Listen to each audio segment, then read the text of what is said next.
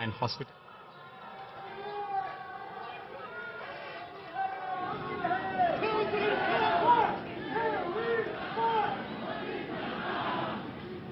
Mr. President, let's conclude the ceremony.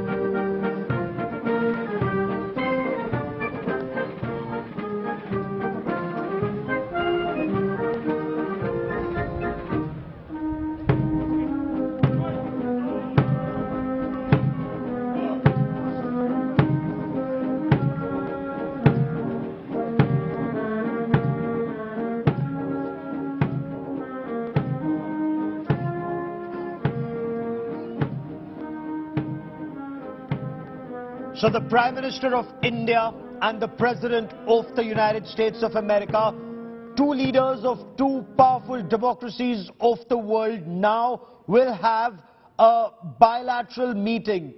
Then there will be a meeting where the delegates from both countries will also join them. And then there would be a statement that would be made to the media, some questions taken. We are told, as Prime Minister Narendra Modi also mentioned, a fact that was also brought out by the US President, when Prime Minister of India and the President of the United States, two powerful countries, meet and talk, it's not just about things that would benefit the people of two countries, but also benefit the world. The Prime Minister began by thanking the US President for the warm welcome extended to him. You're seeing those two images, one of that warm hug shared on the south lawns of the White House, and the second, the Prime Minister, the President and the US First Lady, Dr. Jill Biden, coming out on the south lawns balcony, waving out to a very large number of Indian Americans and Americans who were out there in the south lawns. And the Prime Minister mentioned that he took time out to mention that close to 30 years ago, he'd come to the United States as a common citizen of India, and he had a picture taken outside the White House. Post 2014 as Prime Minister of India, he's been to White House several times. This is, of course, the first state visit of Prime Minister Narendra Modi. But he said what was remarkable was the fact that the gates of White House had been opened for such a large number of Indian Americans for the first time. Our democracies are based on shared values, something that both Prime Minister Narendra Modi and President Joe Biden spoke of. The Constitution begins with "we the people."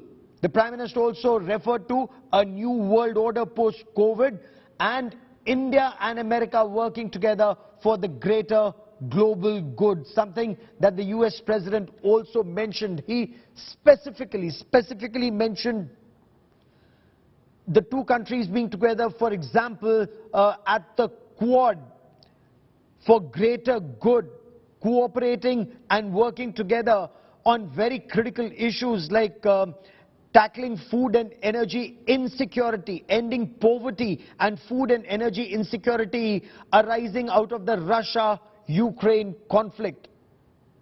Important aspect, decisions that are taken today will have a long-term impact on democracies, the two nations that stand for freedom of expression, pluralism, democracies and equality before law.